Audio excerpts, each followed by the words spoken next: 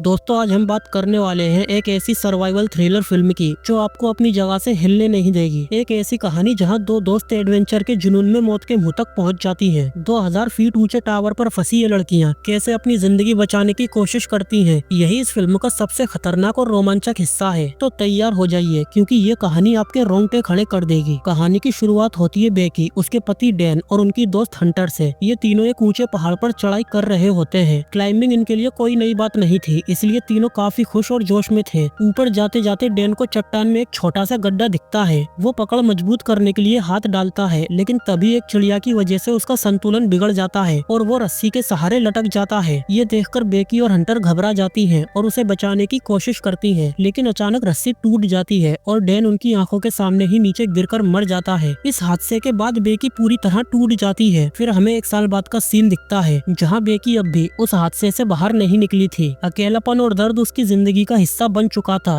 और शराब उसकी आदत बन गई थी। बेकी की ये हालत देखकर उसके पिता परेशान हो जाते हैं और उसे जिंदगी में आगे बढ़ने की सलाह देते हैं, लेकिन बेकी इतनी हताश थी कि कुछ भी सुनना नहीं चाहती थी। उसी रात वो सुसाइड करने का सोचती है। तभी उसकी दोस्त हंटर का फोन आता है। असल में हंटर को बेकी के पिता ने ही भेजा था उसे समझाने के लिए। हंटर बेकी का ध्यान बटाने के लिए उसे 2000 फीट ऊंचे और पुराने टावर पर चढ़ने का चैलेंज देती है। पहले तो बेकी मना कर देती है, लेकिन हंटर समझाती है कि कभी कभी आगे बढ़ने के लिए हमें बस एक बहाने की जरूरत होती है। ये सुनकर बेकी मान जाती है। अगले दिन दोनों उस खतरनाक सफर पर निकल पड़ती हैं। रास्ते में बेकी हंटर के फोन में अपनी पुरानी तस्वीरें देखती है। एक तस्वीर में हंटर के कंधे पर किसी लड़के का हाथ नजर आता है। पूछने पर हंटर उसे बस एक दोस्त कहकर टाल देती है। तभी बेकी के पिता का कॉल आता है, लेकिन वो उसे उठाती नहीं। रास्ते में दोनों एक होटल में रुकते हैं, जहाँ बेकी को पता चलता है कि हंटर एक यूट्यूबर है और क्लाइंबिंग व्लॉग्स बनाती है। इसके बाद हंटर वहाँ के एक वेटर से उस टावर के बारे में पूछती है, तो वेटर बताती है कि टावर तो यहीं से दिख रहा है, करीब 2 मील दूर। रात को दोनों वहीं रुक जाती है। नींद में बेकी को सपना आता है कि वो डैन के साथ वक्त बिता रही है। तभी उसकी आंख खुल जाती है। अगली सुबह दोनों फिर सफर शुरू करती है। हंटर व्लॉगिंग शुरू कर देती है, लेकिन ध्यान भटकने से एक बड़ा हादसा होते होते बच जाता है। आखिरकार वो सुनसान जगह पर पहुंच जाती है जहां से टावर दिख रहा था, लेकिन उससे पहले उन्हें ताले से बंद एक गेट मिलता है जिस पर वार्निंग बोर्ड लगा था। गेट बंद होने की वजह से गाड़ी वहीं छोड़नी पड़ती है और दोनों पैदल आगे बढ़ती हैं। रास्ते में उन्हें एक मरा हुआ जानवर दिखता है जिसे गिद्ध नोच रहे थे। हंटर उसकी फोटो खींचकर इंस्टाग्राम पर डालती है और कहती है कि अपने डर पर काबू पाओ। ये सुनकर बेकी मान जाती है। टावर पुराना था तो दोनों सेफ्टी रोप से एक दूसरे से जुड़कर चढ़ाई शुरू करती हैं। हंटर आगे और बेकी पीछे। टावर पर जंग लगा था और सीढ़ियां हिल रही थी, लेकिन हंटर बिना रुके चढ़ती जाती है। पूरा टावर कांप रहा था, फिर भी बेकी हिम्मत करके आगे बढ़ रही थी। तभी अचानक उसका पकड़ा हुआ स्टेप टूटकर नीचे गिर जाता है, लेकिन वो किसी तरह बच जाती है। इस हादसे से बेकी बहुत डर जाती है, लेकिन हंटर उसे फिर हिम्मत देती है कि अगर यहाँ स्टेप टूट रहा है तो आगे भी हो सकता है, इसीलिए डरना नहीं। टावर बहुत पुराना था, कई नट बोल्ट भी ढीले थे। आधे रास्ते में पहुंचकर उन्होंने पानी पिया और वहाँ से नीचे का सब कुछ बहुत छोटा दिख रहा था। उन्होंने अंदर वाली सीढ़ियाँ पार कर ली थी, यानी करीब 1800 फीट चढ़ चुके थे। अब बाकी थे सिर्फ 200 फीट जो बाहर की सीढ़ियों से चढ़ने थे, लेकिन हवा तेज थी और बेकी का मन अब आगे जाने को नहीं था। लेकिन हंटर तो चढ़ना शुरू कर चुकी थी, इसीलिए बेकी को भी चढ़ना पड़ा। इन सीढ़ियों की हालत और खराब थी क्योंकि ये बाहर की तरफ थी। थोड़ा और चढ़ने के बाद उन्हें एक डिश पार करनी थी। हंटर हंसते हंसते इसे भी पार कर गई और फिर बेकी की मदद भी की, जो काफी डरी हुई थी। ऊपर से हंटर सीढ़ी हिलाकर उसे और डराने लगी, जिससे नट बोल्ट और ढीले हो गए। तभी एक बोल्ट निकलकर गिर भी गया, लेकिन इसके बावजूद दोनों किसी तरह सही सलामत टावर के टॉप पर पहुंच गईं। ऊपर चढ़ते समय एक और बोल्ट निकलकर गिर गया था, लेकिन उन्हें इसका पता भी नहीं चला। टॉप पर पहुंचकर दोनों बहुत खुश हुई। हंटर फिर से व्लॉग बनाने लगी और अच्छे शॉट्स के लिए ड्रोन कैमरा निकाला। अपने फॉलोअर्स को बेहतर कंटेंट देने के लिए उसने बेकी को ड्रोन का रिमोट पकड़ाया और खुद टावर के सहारे एक हाथ पर लटक गई। बेकी मना कर रही थी, लेकिन हंटर ने बात नहीं मानी। शॉट लेने के बाद वो ऊपर आई और बेकी से भी वही पोज देने को कहा। बेकी मना कर रही थी, लेकिन हंटर ने कहा कि ये उसका डर दूर करने का सबसे अच्छा मौका है। फिर बेकी ने हंटर का हाथ पकड़कर वही स्टंट किया और हंटर उसकी सेल्फी लेने लगी। इसके बाद बेकी वापस ऊपर आ गई। बेकी अपने साथ डैन की अस्थियां लाई थी। बेकी ने डैन को याद करते हुए अस्थियां वही विसर्जित कर दी। इस पल पर बेकी और हंटर दोनों भावुक हो गई और डैन को याद करने लगी। फिर उन्होंने तय किया कि अब वापस लौटना चाहिए।